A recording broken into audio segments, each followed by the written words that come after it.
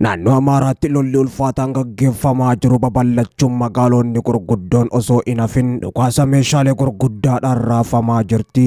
Humni finxaaleeyyii fannoo magaalota gurguddoo naannoo Amaaraa Dabra Birhaan dabalatee lafoota hedduu qabachuu himachaa jira. Garuu haga ammaatti wanni addeessu tokkolleen hin jiru. Raayyaan ittisa biyyaa tarkaanfii fudhadhe jedhuun humna fannoo Amaaraa barbadeessaa jiraachuu beeksisee jira. Naannoo Amaaraatti lolli fannoo gubbatti gaggeeffamaa jiru. Ajajoota waraanaa ol'aanoo fi qondaalota mootummaa federaalaa ol'aanoo jidduutti akkuma muddama uumetti jira. Jeneraal Abbabee Taaddasee, Jeneraal Muhammad Tasammaa, Leetanaal Jeneraal Geetaachoo Guddinaa dabalatee naannicha guutumattuu waraanaan dhuunfatanii fannoo barbadeessuu irratti wal dura dhaabbannaan isaan jidduutti mul'atee jiraachuunis baramee jira. Dammaqaa Mokonnoonii fi Abiyyi Ahmad jidduus hariiroon hammaachuudhaan dammaqaan raayyaan ittisa biyya Itoophiyaadha. Uummata nagaa fixaa jira jechuudhaan komii dhiyeessaa jiraachuunis baramee jira. Jeneraal Abbabee Taaddasee ammoo ajaja mootummaa jiddu galeessaatiin naannoon Amaaraa to'annoo raayyaa ittisa biyya harka galuu qabdi jedhanis Jeneraal Muhammad Tasammaa, Jeneraal Geetaachoo Guddinaa fi jeneraalonni waraanaa ol'aanoo ta'anii fi kanneen biroo ammoo tarkaanfii hatattamaa fudhatamuu qabu irratti duubatti harkifachaa jiraachuu odeessi Araa Kiiloo Beenuu geessaa xilee jira. Akka odeessi bahaa jiru mul'isutti ammoo lola naannoo Amaaraa ilaalchisuudhaan gareen waraanaa Jeneraal Abbabee Taaddasaan hoogganamu Abiyyi Ahmad waliin akka hojjetu kan himan kanneen rincican jiraatanis rakkoon jabaan paartii Biltsiginnaa jidduutti uumame muddama hamaa akkuma dhaleetti jira jechuudhaan maddeen keessoo himanii jiru. Abiyyi Ahmad rakkoon gama Amaaraa keessa jiru jabaachuu irraa kan ka'e jalqaba torbee kana waltajjii mootummoota Afrikaa Raashiyaan qopheessite addaan kutee galuunsaa ni yaadatama.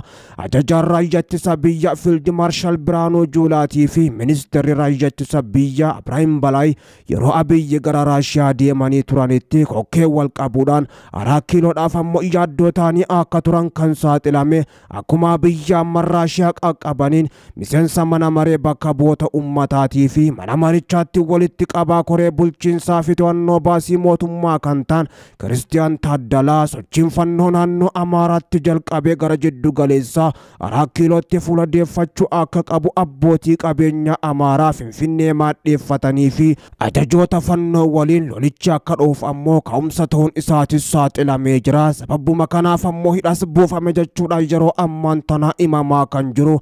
Hogganoota olaanoo waraana biyyattii fi qondaalota mootummaa federaalaa jidduutti wal dhabdeen dhalachuun imala Abiyyi Ahmad gara Raashiyaa godhan ammoo kan danqe.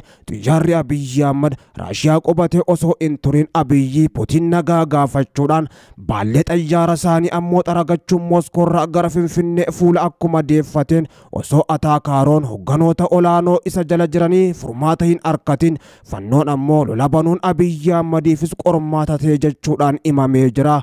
Mootummaa Itoophiyaa kufaa jiraachuu xiinxaltoonni himaa jiran erga Abiyyi Ahmad aangootti dhufe labsi yeroo muddamaa labsuu fi waraana bobbaasuun namoota nagaa ajjeesuu akkasuma gama kaaniin ammoo naannoolee mancaasuu fi godaansisuu fi qabeenya mancaasuun dalagaa guyya guyya mootummichaa ta'e ifatti mul'ataa jira kan jedhan.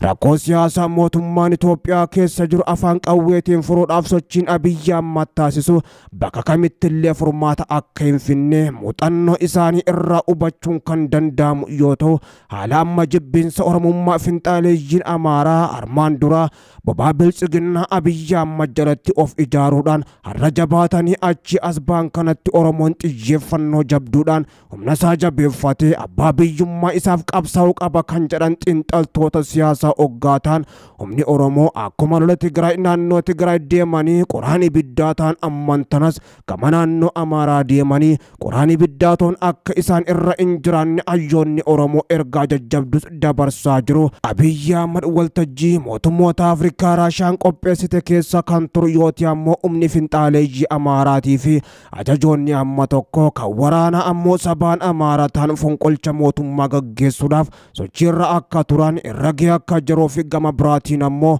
hatattamaan dhaabsisuudhaaf biyyatti akka deebi'es himamee jira. Yeroo kanatti ammoo warri mootummaa Abiyyi Ahmad fonqolchuudhaaf tattaaffii gochaa turan marti isaanii to'annoo muummee ministeera ministeeraa jala galuudhaan danuun isaaniidhaa keessa buufamanii akka jiranii fi hedduunis ammoo barbaadamaa jiraachuun kan himame. Naannoo Amaaraa rukutanii humna san keessaa baasuuf guutumattuu fannoo barbadeessuudhaaf ammoo waldhabdeen jabduun ammallee mootummaa biyyattii hoogganaa jiru kan biltsiginnaa qondaalota ol'aanoo mootummaa federaalaatii fi ajajoota waraanoo gidduuttis akkuma ataakaaroo ta'ee jirutti jira. Haa ta'u malee tarkaanfii yeroo ammaan tanaa fudhachaa jirra joorra jalatti biyyattiidha.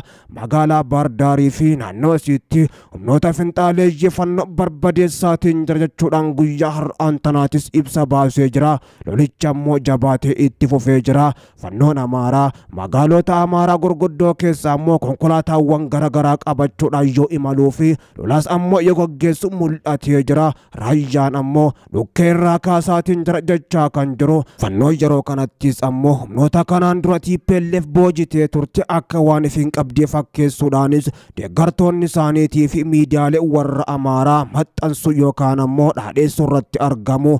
Miidiyaaleen TPLF kanaan dura humnoota raayyaa ittisa biyyattiitii fi keessattuu humna waraanaa keessatti kanneen sabaan Oromootaan yoo haaseessan viidiyoo hedduu kan gallakkisan sanitti fayyadamuudhaan olala adda addaa qopheessanii ammoo akka waan humna Oromoodhaa raayyaa ittisa biyyattii keessatti booji'anii jiranii fakkeessaatis jiru.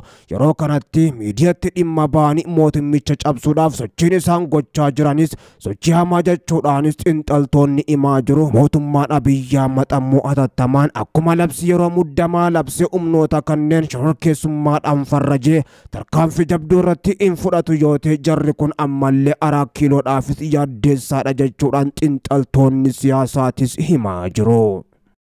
Lolli hamaan humnoota raayyaa ittisa biyya Itoophiyaatii fi humna fannoo Amaaraa gidduutti naannoo Amaaraatti gaggeeffamaa jiru jabaatee akkuma itti fufetti jira. Lolichi ammoo akkaan jabaachuun isaa erga manni maree ministeerota labsi yeroo muddamaa labsi as kan ta'e hoggaa ta'u ammoo pirezidaantiin naannichaa Yilqaal Kaffaaleetis naannoo Amaaraa keessa Finfinnee galanii jiraachuun isaanii himamee jira. Pirezidaantichi naannichaa ammoo yaaddoo nageenyaatiif jecha naannoo isaanii bakka hogganaa jiran gadhiisanii erga kumaandii poostiin labsame magaalaa Finfinnee seenuun isaanii himamee jira. Loltoonni TDF ammoo deeggarsa mootummaa biltsiginnaatiif karaa kaaba Gondaritti ammoo kan argamtu aanaa Dabra Biraaqa karaa Mayitasbiir jedhamtuun ammoo naannoo Amaaraa seenanii jiraachuun gabaafamaa jira.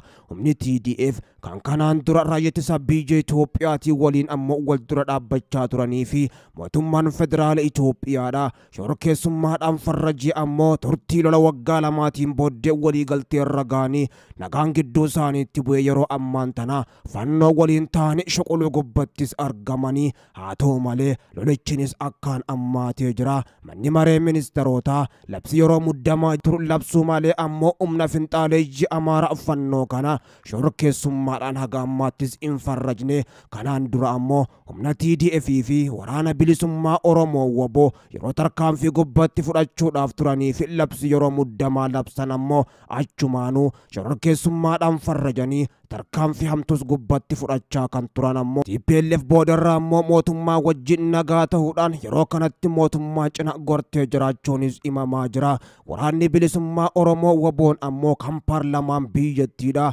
shororkeessummaadhaan farrajee humna mootummaa dura dhaabbatee ofirraa qolachaa fi barbadeessaa jiraachuu kan himu. Naannoo Amaaraatti ammoo kan tees adda jedhamaa jira. Kanarraa humni kun akka rukutamuuf mootummichi ammoo labsi yeroo muddamaa ji'a jahaaf turu labsuu malee humna kanas shororkeessummaadhaan hin farrajne. Keessattuu ammoo qondaaltonni olaanoo mootummaa naannoo Amaaraadha humni kun rukutamuu irrattis wal dhabanii akka jiranii fi humni fannoo Amaaraa kun rukutamuu hin qabu jechuudhaan qondaaltota mootummaa ol'aanoo keessaa ammoo kanneen mootummaa Abiyyi Ahmad dura dhaabbachaa turan. Mootummaan Abiyyi Ahmad halkan kaleessaa fi guyyaa har'aan tana ukkaamsee achi buutee isaanii dhabamsiisaa jiraachuus ammoo warri Amaaraa ifatti ba'uudhaan himaa kan jiru.